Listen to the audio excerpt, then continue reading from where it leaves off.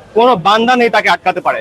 তো সেম বরবাদের same to same বরবাদের বেলা আপনারা দেখেছেন অনেক চক্রান্ত হয়েছে, বরবাদকে আটকাতে অনেক অনেক ষড়যন্ত্র হয়েছে, কিন্তু আমরা সাকিবিয়ানরা সেন্সর বোর্ডের সামনে যে শান্তিপূর্ণ মানববন্ধন করে সেই চক্রান্ত আমরা রুখে দিয়েছি। ফাইনালি আজ বরবাদ সিনেমা হলে চলে এসেছে এবং এর অনুভূতিটা মানে ভাষায় প্রকাশ করার মতো না। অপেক্ষা করছি মুভিটা দেখার জন্য। আচ্ছা, মারুফ ভাই যে সাকিবিয়ানদের নিয়ে যে হীনমন্যতা প্রকাশ করেছিল, এই বিষয়টি কিভাবে দেখছেন? ভাইয়া হীনমন্যতা আচ্ছা ভাই আপনার তো বুঝতে আচ্ছা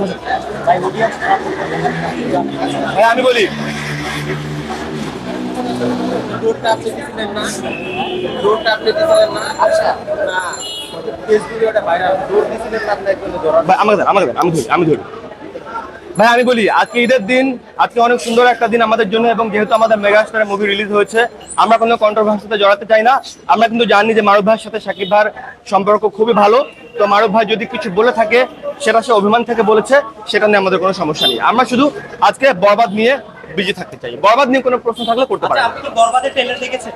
বরবাদের ট্রেলারটা আসেনি, টিজার এসেছে। টিজারটা এক কথায় অসাধারণ হয়েছে। বাংলাদেশ, কলকাতা সহ ওয়ার্ল্ডের বিভিন্ন জায়গা থেকে এটা রিভিউ দেওয়া হয়েছে। টিজার অসাধারণ হয়েছে, শাকিব ভাইয়ের লুক অসাধারণ হয়েছে। এক কথায় মার্কাটারি লুক। আমরা অনেক অনেক রিভিউ দেখেছি, রিভিউ সুপার পজিটিভ।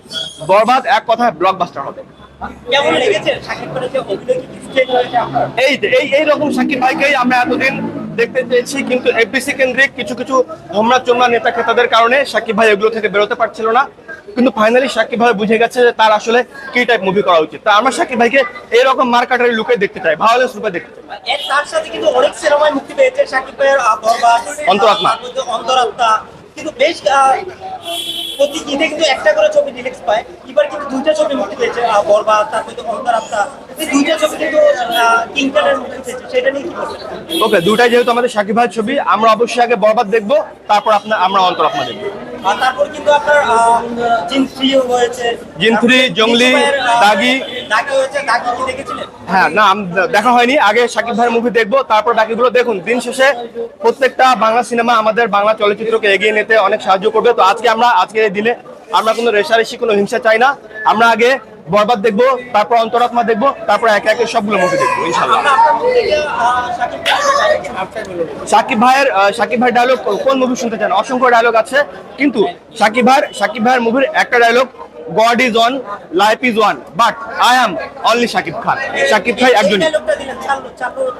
ও এটাতে শাকিব ভাই আচ্ছা, এই মুভিতে শাকিব ভাই যে ডায়লগটা রয়েছে যে আমি আমার ফিউচার নিয়েও ভাবি না, আমি আমার অতীত নিয়েও ভাবি না, আমি শুধু একটা জিনিস ভাবি, নিতুরে না পাইলে আমি পুরা দুনিয়া বরবাদ করে দিতে পারি।